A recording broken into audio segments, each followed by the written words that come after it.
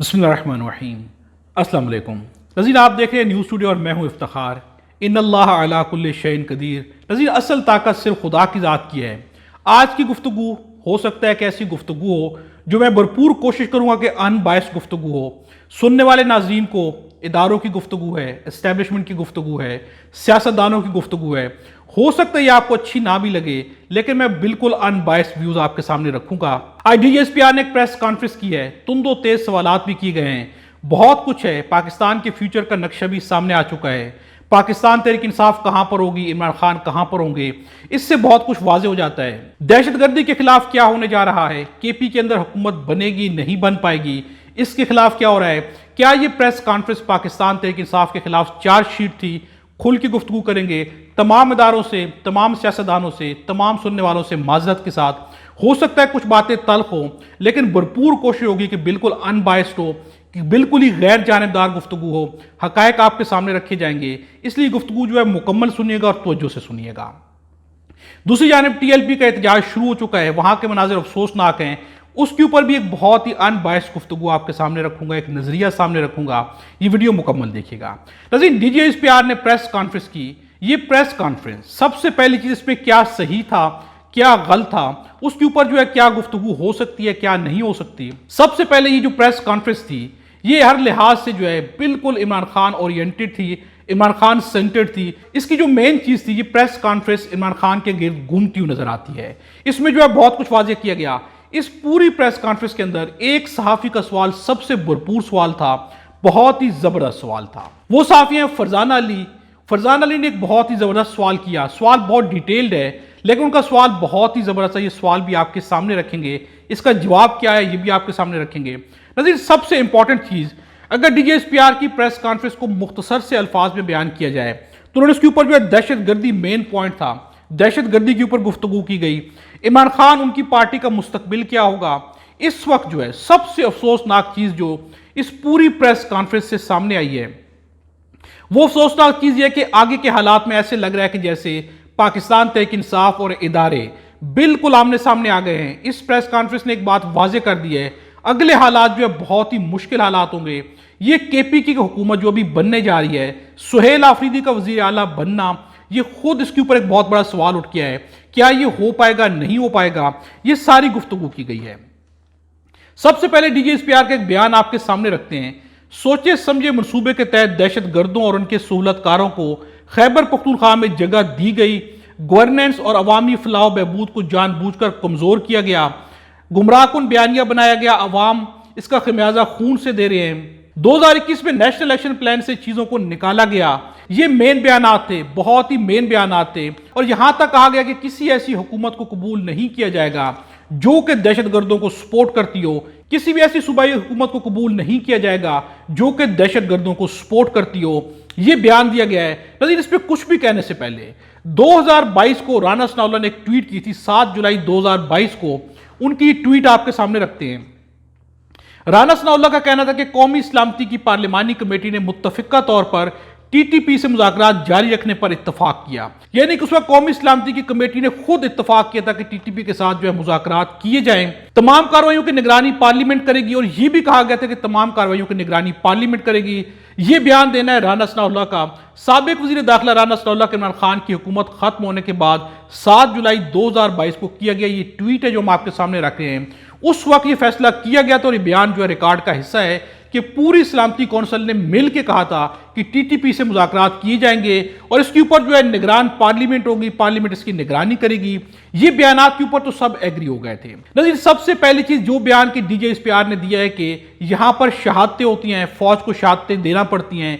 इस बयान में फौज ये डीजीएसपीआर जो है यहां पर बिल्कुल दुरुस्त है कि कुर्बानियां देना पड़ती हैं। बहुत सारी शहादतें जो कि फौज को भी देना पड़ी हैं, और बहुत सारी शहादतें जो कि अवाम को भी देना पड़ रही हैं। यहां पर डीजीएसपीआर की गुफ्तगू यहां पर ठीक है, उनका नजरिया कि बहुत सारी शहादतें जो कि नेशनल एक्शन प्लान के ऊपर अमल ना करने की वजह से हो रही हैं।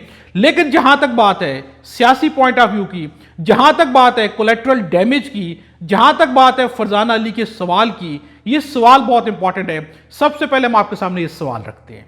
मुख्तलिफ पॉलिटिकल फेसेस भी आपके सामने आते हैं, वो ऑपरेशन के ख़िलाफ़ बात करते हैं या उसके ऊपर मैं अगर ख़िलाफ़ लफ्ज़ इस्तेमाल ना करूं, तनकीद करते हैं, तो उसकी बुनियादी वजह यही होती है कि कोलैटरल डैमेज में जो लोग मारे जाते हैं, कत्ल हो जाते हैं, सूबाई हुकूमत जाके उनको कंपनसेट कर रही होती है।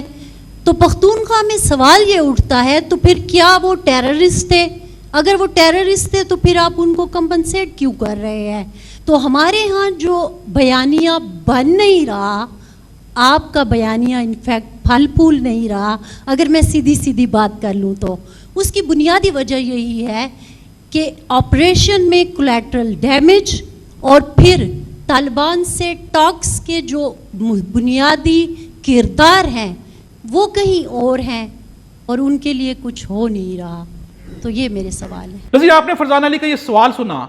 फरजाना अली का यहाँ पर वाज़ेह तौर पर कहना है कि वहां पर नज़ीर इस वक्त जो केपीके के अंदर मसला है, वहां पर सबसे बड़ा मसला क्या है? दहशत गर्दी के खिलाफ ऑपरेशन होना चाहिए, इस पर पूरी कौम भी एग्रीड है, इसके ऊपर तमाम सियासी पार्टीज भी एग्रीड है, इसके ऊपर पाकिस्तान तहरीक इंसाफ हो या इमरान खान हो वो भी एग्रीड है। जिस चीज़ के ऊपर जो है डिसएग्रीमेंट है वो चीज़ क्या है? वो चीज़ ये है कि जब दहशत गर्दों के खिलाफ यहां पर जो है एक्शन लिया जाता है, उनके खिलाफ जो है एक्शन लिए जाने के तौर के ऊपर यहां पर कोलैटरल डैमेज होता है, यानी कि मजमूई तौर पर यहां पर जो है शहादतें होती हैं, आम शहरियों की शहादतें हो जाती हैं, आम लोगों को नुकसान पहुंचता है। इस कोलैटरल डैमेज को रोका जाए। यहां पे सिर्फ और सिर्फ पॉइंट ये है, जहां तक ये पॉइंट अवाम का है या केपीके की हुकूमत का है, इस पॉइंट पे केपीके की हुकूमत जो है बिल्कुल सही है कि कोलैटरल डैमेज नहीं होना चाहिए। बाकी दहशतगर्दों को मारना फौज का काम है, इसीलिए फौज है।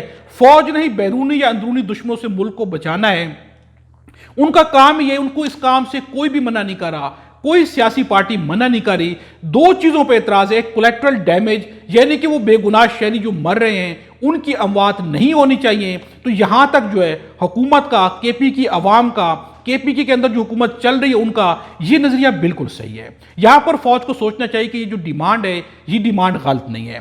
नज़ीर, दूसरी जानिब जहां तक बात है कि इस वक्त जो है फौज सियासत के अंदर इन्वॉल्व है या नहीं है, आज के बयान से लग रहा है कि जिस तरह का बयान दिया गया, वाज़ेह अल्फाज में सवालात किए गए, उसमें नाम तो इमरान खान का नहीं लिया, लेकिन टारगेट सिर्फ और सिर्फ इमरान खान थे।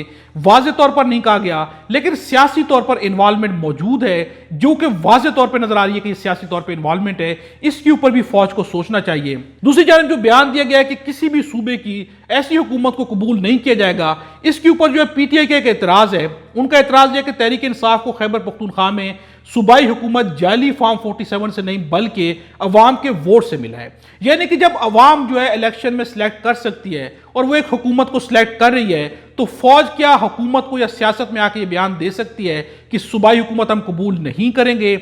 यहां तक जो बयान हैं जो कि सियासत से रिलेटेड हैं, तो यहां पे फौज को सोचना चाहिए कि सियासत में उनकी डायरेक्ट इन्वॉल्वमेंट हो या ये काम उनकी नहीं है, ये काम उन्हें सियासी पार्टीज को करने देना चाहिए। इन काम में कम से कम उनको इन्वॉल्वमेंट नहीं करनी चाहिए। खैबर पख्तूनख्वा में हुकूमत की कबूलियत का फैसला अवाम के पास है, किसी सरकारी मुलाजिम के पास नहीं। फिलहाल हाइब्रिड निजाम के मजे पंजाब और वफाक में ले, जहां आपने फॉर्म 47 की हुकूमतें इंस्टॉल कर रखी हैं। लेकिन दूसरी जानब डीजीएसपीआर की जानब से कहा गया है कि पंजाब के अंदर और सिंध के अंदर दहशतगर्दी के वाकयात क्यों नहीं होते। लेकिन इस तरह का बयान जो है ये भी डीजीएसपीआर को नहीं देना चाहिए, क्योंकि ये एक सियासी बयान है। इससे सियासी हुकूमतों के दरमियान जो है इस तरह का मुआवजा करने से नफरत फैलती है, उनके दरमियान जो है तजाद फैलता है। इस किस्म के बयान भी डीजीएसपीआर को नहीं देने चाहिए। अगर इस तरह का बयान कहीं पर देना भी है तो इस तरीके से दिया जाना चाहिए कि वो कम से कम सियासी बयान ना लगे।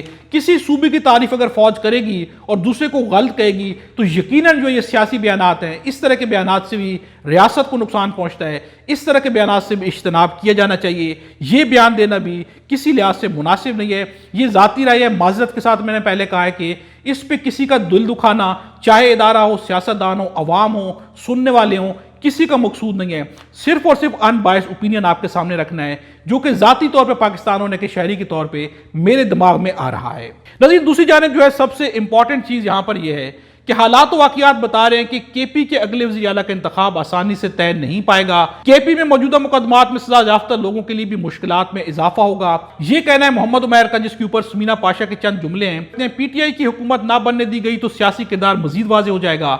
हुकूमत खोकर पीटीआई को अवामी एतमाद और सपोर्ट हासिल रहेगी, मकबूलियत बढ़ जाएगी, सूबे में अदम इस्तेकाम, बुरानी कैफियत रहेगी। अभी तक जो सुस्त तहरीक चल रही है उसमें जान पड़ जाएगी। नज़ीर, इससे जो है पाकिस्तान तहरीक इंसाफ को फायदा होगा। अगर यहाँ पर फौज इस तरह के बयान देगी या इदारा ऐसे बयान देगा और हुकूमत नहीं बनने दी जाएगी तो इदारे का सियासी किरदार बहुत वाज़ेह हो जाएगा, जो किसी लिहाज से भी रियासत के लिए ठीक नहीं होगा। अगर इदारा और पाकिस्तान तहरीक इंसाफ टकरा जाएंगे तो ये टकराव किसी भी लिहाज से रियासत के लिए बेहतर नहीं होगा। इस टकराव में न तो इदारे को पढ़ना चाहिए और ना ही पाकिस्तान तहरीक इंसाफ को पढ़ना चाहिए, बल्कि इसका एक जो है सॉलिड हल निकालना चाहिए ताकि रियासत को नुकसान ना हो। बहुत ज़्यादा जानी नुकसान हो चुका है, अब ये रियासत मजीद जानी नुकसान बर्दाश्त नहीं कर सकती। नाज़रीन, दूसरी जानिब हम बात करते हैं टीएलपी की। उनका एहतजाज शुरू हो चुका है, लेकिन लाहौर के अंदर ये भी मौजूद है कि वहां पर दोबारा से उनकी जानिब से जो खबरें सामने आ रही हैं, उनकी अपनी जानिब से खबर सामने आई है पुरअमन मार्च के क़याम के ऐलान के फौरन बाद फायरिंग और शेलिंग का सिलसिला शुरू कर दिया गया है। मीनार पाकिस्तान पुल ऊपर से हमारे कारकुनान पर सीधी गोलियां फायर की जा रही हैं।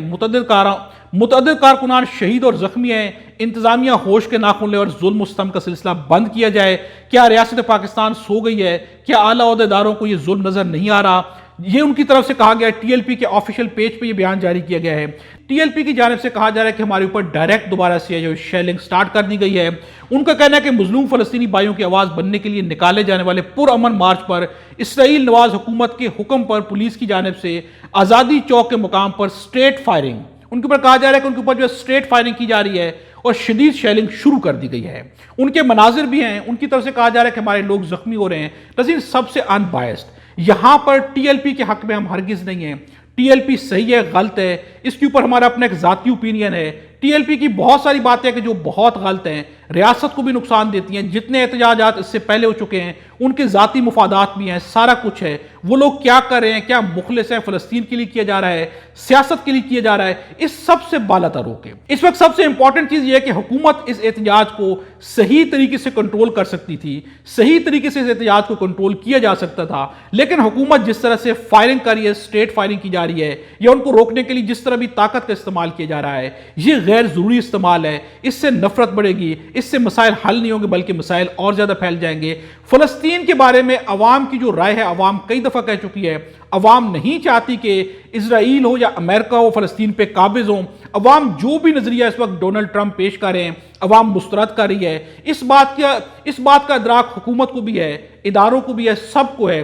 इस चीज को मान लिया जाना चाहिए कि अवाम फलस्तीन के हक में खड़ी है। अगर वो एहतजाज के लिए निकलते हैं तो उन्हें पुरअमन एहतजाज करने देना चाहिए। हुकूमत अपने जो काम कर रही है, अगर उन्हें सही लग रहा है तो अपने काम जारी रखें। अवाम मुखालफत करेगी, नहीं होने देगी, वो उनके राइट्स हैं। लेकिन जिस तरह से एहतजाज को रोका जा रहा है और ताकत के इस्तेमाल से रोका जा रहा है, तो यहां पर हुकूमत को नुकसान पहुंच रहा है, रियासत को नुकसान पहुंच रहा है, रियासत के शहरियों को नुकसान पहुंच रहा है। इससे बेहतर अंदाज में हल किया जाना चाहिए। कहीं पर भी अफरा तफरी, टकराव, ये रियासत के लिए बेहतर नहीं है। इस वक्त जो है सबको होश के नाखून लेने चाहिए, सियासतदानों को भी, हुकूमतों को भी, ताकतवरों को भी, इदारों को भी, अदालतों को भी, अवाम को भी, कारकुनान को भी, सबको मिलके इस कोलैटरल डैमेज से निकलना चाहिए। रियासत हमारी सबसे प्रायोरिटी होनी चाहिए, रियासत को बचाया जाना चाहिए। लेकिन एक चीज जो हम आखिर में भूल गए थे, यहां पर नूर वली के बारे में सवाल किया गया कि क्या उन्हें जो है फौज की जानिब से टारगेट किया गया है, तो डीजीएसपीआर ने यहां पर डायरेक्ट जवाब देने से इज्तनाब किया है। लेकिन बहुत सारी खबरें जो कि पिछली वीडियो में आपके सामने रख चुके हैं, उन्हें टारगेट किया गया, इसकी बहुत सारी इतलात हैं,